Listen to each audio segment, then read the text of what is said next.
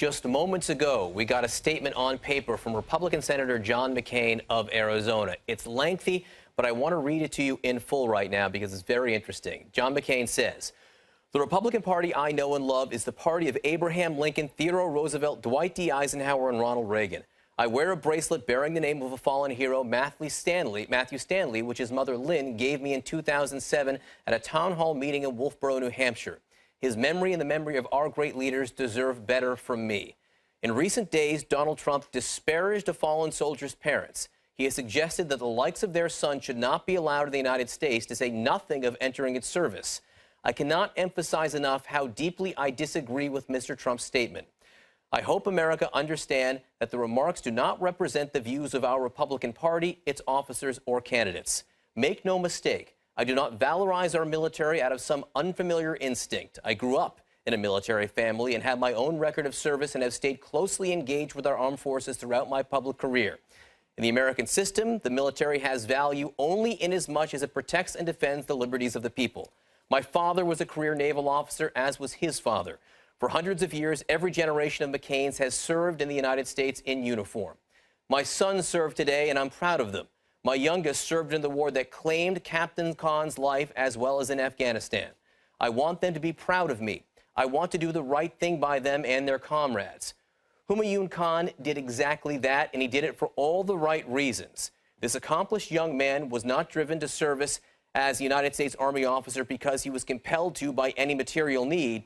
He was inspired as a young man by his reading of Thomas Jefferson, and he wanted to give back to the country that had taken him and his parents in as immigrants when he was only 2 years old.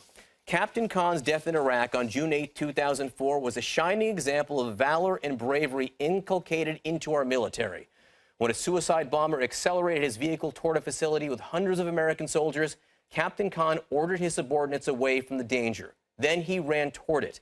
The suicide bomber, striking prematurely, claimed the life of Captain Khan, and Captain Khan, through his selfless action and sacrifice, saved the lives of hundreds of his brothers and sisters. Scripture tells us that greater love hath no man than this, that a man lay down his life for his friends. Captain Humayun Khan of the United States Army showed in his final moments that he was filled and motivated by this love. His name will live forever in American memory as an example of true American greatness.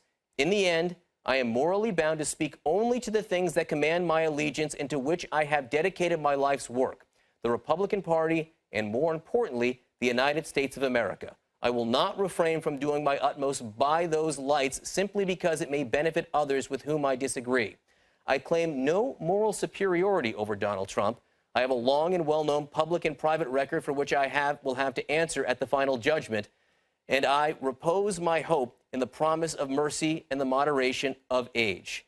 I challenge the nominee to set the example for what our country can and should represent. Arizona is watching.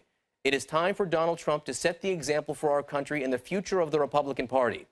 While our party has bestowed upon him the nomination, it is not accompanied by unfettered license to defame those who are the best among us. Lastly, I'd like to say to Mr. and Mrs. Khan, thank you for immigrating to America. We're a better country because of you, and you are certainly right. Your son was the best of America, and the memory of his sacrifice will make us better as a nation, and he will never be forgotten.